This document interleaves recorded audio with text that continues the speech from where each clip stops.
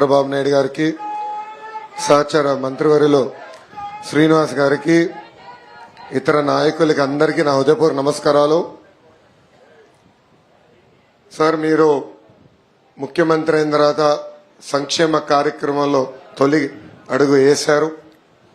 అది కూడా మా మంగళగిరి నియోజకవర్గంలో పెనుమాక గ్రామంలో ప్రజావేదిక పేరు పెట్టుకుని ఈ రోజు మా గ్రామానికి వస్తే మా అందరికీ చాలా సంతోషంగా ఉంది.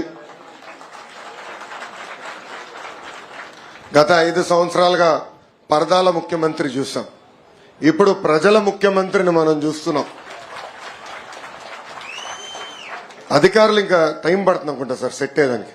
లేదు, సెట్ అయ్యారు. ఇంకా పరదాలు కడుతున్నారు సార్.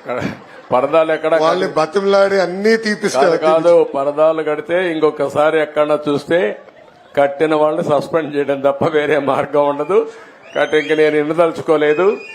ఎవరైనా సరే సింపుల్ గా పాత రోజులు మర్చిపోయి కొత్త రోజులు జ్ఞాపకం చేసుకుని ముందుకు పోవాల్సిందిగా అందరిని కోరుతున్నా. ఎక్కడా జరగకూడదు. ఎవరైనా కంప్లైంట్ చేస్తే మాత్రం పనిష్మెంట్ తప్పదు. మీకు బీ క్లియర్. అంటే 5 సంవత్సరాలు అలవాటు కదా సార్, కొంచెం టైం పడుతుంది సార్. మీకు కూడా అందరికి అలవాటు కావాలి, వాళ్ళకే కాదు.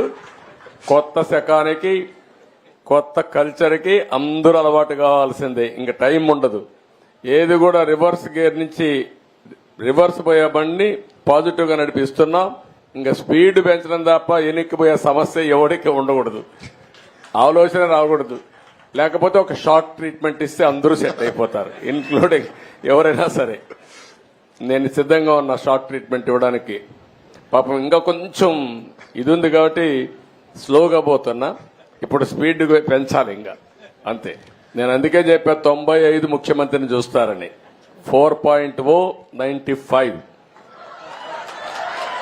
అది గుర్తుపెట్టుకోవాలి. 95లో ఒకసారి మీరు చరిత్ర గుర్తుపెట్టుకోవాలి. అప్పుడు నువ్వు కూడా కుర్రాడివి, నీకు కూడా ఐడియా లేదు. అప్పుడు నా చరిత్ర గుర్తుపెట్టుకుంటే హైదరాబాద్ లో బయలుదేరుతున్నానంటే రాష్ట్రం మొత్తం రెడ్ అలర్ట్ ఉండేది. అంత భయంకరంగా చేయను కానీ తప్పు చేస్తే మాత్రం ఎవరిని వదిలిపెట్టను. ఉంటే మా మైండ్ అంతా మార్చుకోవాలి. అందుకే 95 అన్నా నేను. 95 CBN 1.0 నాట్ 4. అది రిపిటేషన్ వస్తుంది. ఇప్పుడు ఇక్కడ మంత్రులకు ఉంటుంది, ఎమ్మెల్యేలకు ఉంటుంది, అందరికీ ఉంటుంది. సార్, మీకు తెలిసిన విషయమే, తెలుగుదేశం పార్టీ 1985లో మంగళగిరి నియోజకవర్గం గెలిచింది. దాని తర్వాత గెలవలేదు. 2019లో నేను ఓడిపోయాను 5300 ఓట్లతో. కానీ 5 సంవత్సరాలు అనేక సంక్షేమ అభివృద్ధి కార్యక్రమాలు ప్రజలకు అందజేశాం.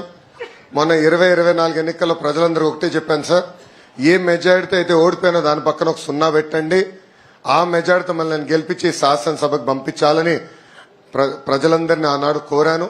అంతేకాకుండా నాకు ఎంత ఎక్కువ మెజారిటీ ఇస్తే నాకు కొండంత బలం వస్తుంది. గౌరవ ముఖ్యమంత్రి వర్యులు చంద్రబాబు నాయుడు గారితో అవసరమైతే దెబ్బలాడి నిధులు తీసుకొచ్చి నియోజకవర్గాన్ని అభివృద్ధి చేస్తానని ఆనాడు హామీ ఇచ్చాను సార్. నేను కూడా ఊహించలేదు, ఆంధ్ర రాష్ట్ర ప్రజలు ఊహించలేదు, ఎవరు ఊహించిన విధంగా 91,000 ఓట్ల మెజార్టీతో నన్ను మంగళగిరి ప్రజలు ఆశీర్వదించారు, దీవించారు సార్. సమస్యలు ఉంటాయి సార్. రోడ్లు కానీ, డ్రైన్లు కానీ, పక్కా గృహాలు కానివ్వండి.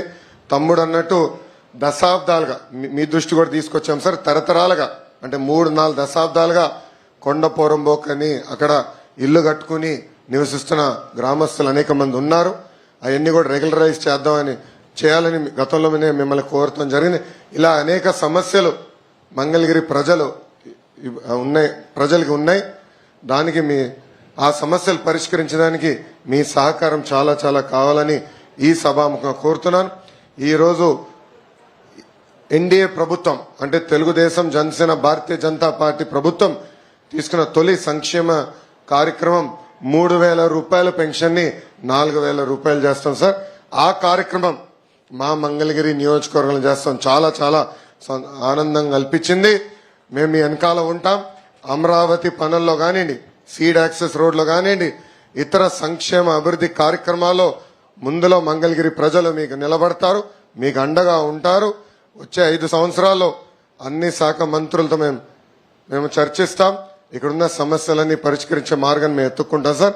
దానికి మీ ఆశీస్సులు ఉండాలని ఈ సభాముఖం మిమ్మల్ని కోరుకుంటూ నాకు ఈ అవకాశం ఇచ్చిన మంగళగిరి ప్రజలందరికీ పేరు పేరున నా హృదయపూర్వక నమస్కారాలు తెలుపుకుంటూ నేను సెలవు తీసుకుంటున్నాను.